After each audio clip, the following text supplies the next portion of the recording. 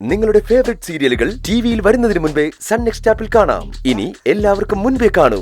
ഇപ്പോൾ തന്നെ sun next app download ചെയ്ത് സബ്സ്ക്രൈബ് ചെയ്യൂ. നോക്കൂ, എന്നെ ഇരിക്കുന്നതും അതും രണ്ടും ഒന്നല്ലേ? ആ, രണ്ടും ഒന്ന്. അതെ.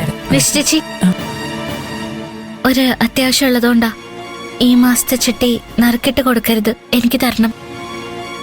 ഇപ്പോഴാണോ പറയുന്നത്? ഈ മാസത്തെ ചിട്ടി കൊടുത്തല്ലോ. കൊടുത്തോ? എപ്പോ?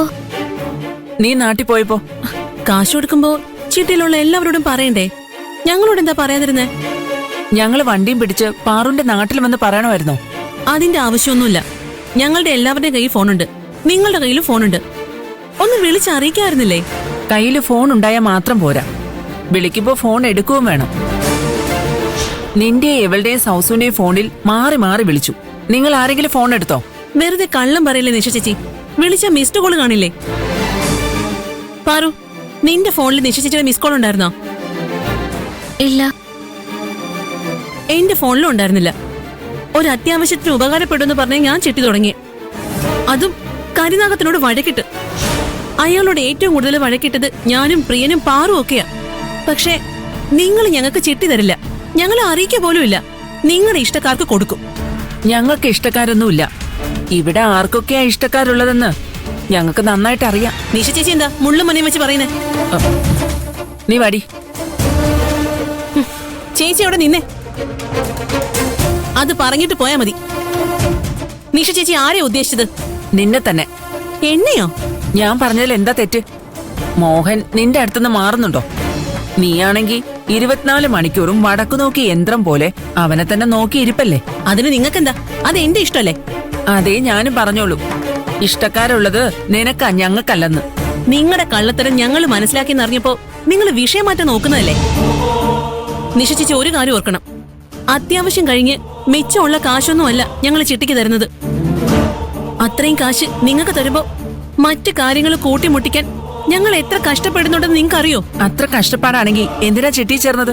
ഒരത്യാവശ്യം വരുമ്പോ കിട്ടുമല്ലോന്ന് ഓർത്തിട്ട്. നിങ്ങൾക്ക് താല്പര്യമുള്ളവർക്ക് മാത്രമേ ചിട്ടി കൊടുക്കുള്ളൂ എന്ന് ഞങ്ങൾ അറിഞ്ഞില്ലല്ലോ. നിങ്ങൾ തരുന്ന കാശ് അവസാനം നിങ്ങൾക്ക് തന്നെ തിരിച്ചു കിട്ടും. ഞങ്ങൾ അതുകൊണ്ട് പുട്ടടിക്കൊന്നുമില്ല. എപ്പോഴെങ്കിലും കിട്ടിയിട്ട് കാര്യമുണ്ട് നിഷ ചേച്ചി? കാശിന് അത്യാവശ്യമുള്ളപ്പോ കിട്ടണ്ടേ? ചിട്ടിയുടെ ഉദ്ദേശം തന്നെ അതല്ലേ? ഞങ്ങൾക്ക് ഇങ്ങനെ നടത്താനേ സൗകര്യമുള്ളൂ. ഞങ്ങളോട് ഒത്തുപോകാൻ കഴിയുന്നില്ലെങ്കിൽ ഈ മാസം മുതൽ ചിട്ടിക്കാശ് തരണ്ട.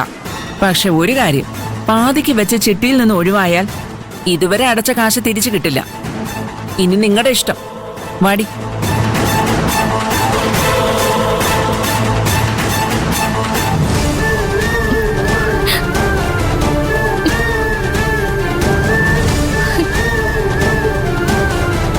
സമയമില്ലാത്തതാ പ്രശ്നം. ഒരു മാസമെങ്കിലും സാവകാശം ഉണ്ടായിരുന്നെങ്കിൽ പലരുടെയും കയ്യിൽ നിന്നായി 1000ഉം 10,000ഉം ഒക്കെ വാങ്ങിയാ മതിയായിരുന്നല്ലോ. ഞാനും പ്രിയനും മോഹനും രേവതിയും സാവിത്രി ചേച്ചിയും എല്ലാവരും പരിചയക്കാരുടെ കയ്യിൽ നിന്ന് കുറച്ച് കുറച്ച് കാശ് കടം വാങ്ങിയ 10 ലക്ഷം രൂപയൊക്കെ ഉണ്ടാക്കാൻ കഴിയും. പക്ഷേ 3 ദിവസത്തിൽ കിട്ടണ്ടേ? അതാ പ്രശ്നം. ഞങ്ങള് ചിട്ടി പിടിക്കാൻ കഴിയുമെന്ന് നോക്കി. പക്ഷെ നമ്മൾ ആരും ഇവിടെ ഇല്ലാത്ത സമയം നോക്കി നിഷ ചേച്ചി ചിട്ടിക്കാശ് കൊടുത്തു. അവര് നമ്മളെല്ലാരും ചതിക്കുക ചെയ്തത്. അതിനെക്കുറിച്ച് ഇനി സംസാരിച്ചിട്ട് കാര്യമില്ലല്ലോ. അടുത്ത വഴി ആലോചിക്കുക വേണ്ടത്. വഴിയുണ്ട് പാറു, നീ ടെൻഷൻ അടിക്കണ്ട, കാശ് കിട്ടും. എവിടുന്ന്? എല്ലാവർക്കും സഹായിക്കണമെന്ന് ആഗ്രഹമുണ്ട്.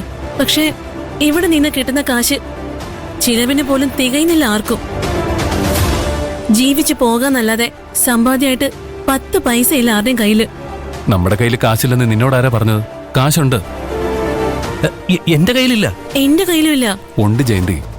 സിൽവർ ജൂബിലി ഫംഗ്ഷന് പ്രസംഗിക്കുമ്പോ PKR സാറ് പറഞ്ഞത് നിനക്ക് ഓർമ്മയില്ലേ? ലേബർ ഫണ്ട് എന്നൊരു സംവിധാനം ഉണ്ട് ഇവിടെ, അതിൽ നിന്ന് ലോൺ കിട്ടുമെന്ന്. ലേബർ ഫണ്ടിൽ നിന്ന് 10 ലക്ഷം രൂപയൊന്നും ലോൺ കിട്ടില്ല. ഒരാൾക്ക് മാക്സിമം 2 ലക്ഷം രൂപ കിട്ടും. ഒരാൾക്ക് 2 ലക്ഷം രൂപ കിട്ടുമല്ലോ. ഞാനും നീയും ജയന്തിയും പാറും സൗസവും 2 ലക്ഷം രൂപ വെച്ച് ലോൺ എടുത്ത 10 ലക്ഷം രൂപ വെച്ച് കിട്ടിയില്ലേ? അതൊക്കെ ശരിയാ. പക്ഷേ നമ്മളിപ്പോ ഫേസ് ചെയ്യുന്ന ഏറ്റവും വലിയ പ്രശ്നം കാശല്ല, സമയം. നമ്മുടെ മുന്നിൽ വെറും 3 ദിവസമേ ഉള്ളൂ. ലേബർ ഫണ്ടിൽ നിന്ന് ലോൺ കിട്ടണമെങ്കിൽ ഒരുപാട് ഫോർമാലിറ്റീസ് ഉണ്ട്. ഫോർമാലിറ്റീസ് ഒക്കെ കഴിഞ്ഞ് ലോൺ ട്രാൻസ്ഫർ ആയി വരുമ്പോഴേക്കും മിനിമം ഒരാഴ്ചയാവും. PKR സാർ മനസ്സ് വെച്ചാൽ ഇന്ന് ലോൺ സാങ്ഷനാക്കി തരാൻ കഴിയും. നമുക്കെല്ലാവർക്കും PKR സാറിനെ കണ്ട് സംസാരിക്കാം. അങ്ങനെയാണെങ്കിൽ വൈകിപ്പിക്കണ്ട, ഇപ്പൊ തന്നെ പോവാം. വേണ്ട, PKR സാറിനോട് ചോദിക്കണ്ട. ചുരുങ്ങിയ സമയം കൊണ്ട് ഇത്രയും വലിയ എമൗണ്ട് സംഘടിപ്പിക്കാൻ ഇതല്ലാതെ വേറെ വഴിയില്ല പാറു. PKR സാറിന്റെ സ്വഭാവം നിനക്കറിയാലോ, ഉറപ്പായിട്ടും ഹെൽപ്പ് ചെയ്യും. ഭൂമിക മാഡം നിർബന്ധിച്ചിട്ട് കാശ് ചോദിക്കാൻ ഞാൻ ഇന്നലെ PKR സാറിന്റെ വീട്ടിൽ പോയിരുന്നു.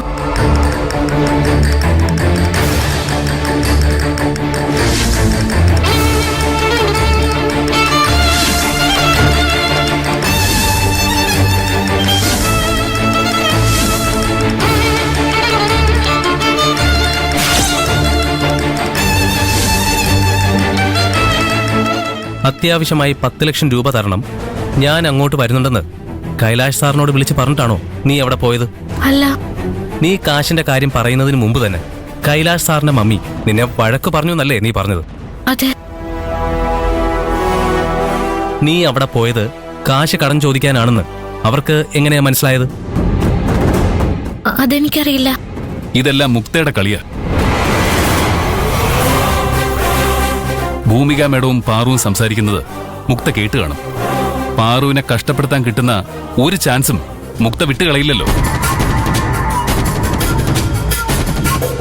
പാറു അങ്ങോട്ട് വരുന്നുണ്ടെന്ന് അപ്പൊ തന്നെ അവള് കൈലാഷ് സാറിന്റെ മമ്മിയെ വിളിച്ച് പറഞ്ഞിട്ടുണ്ടാവും.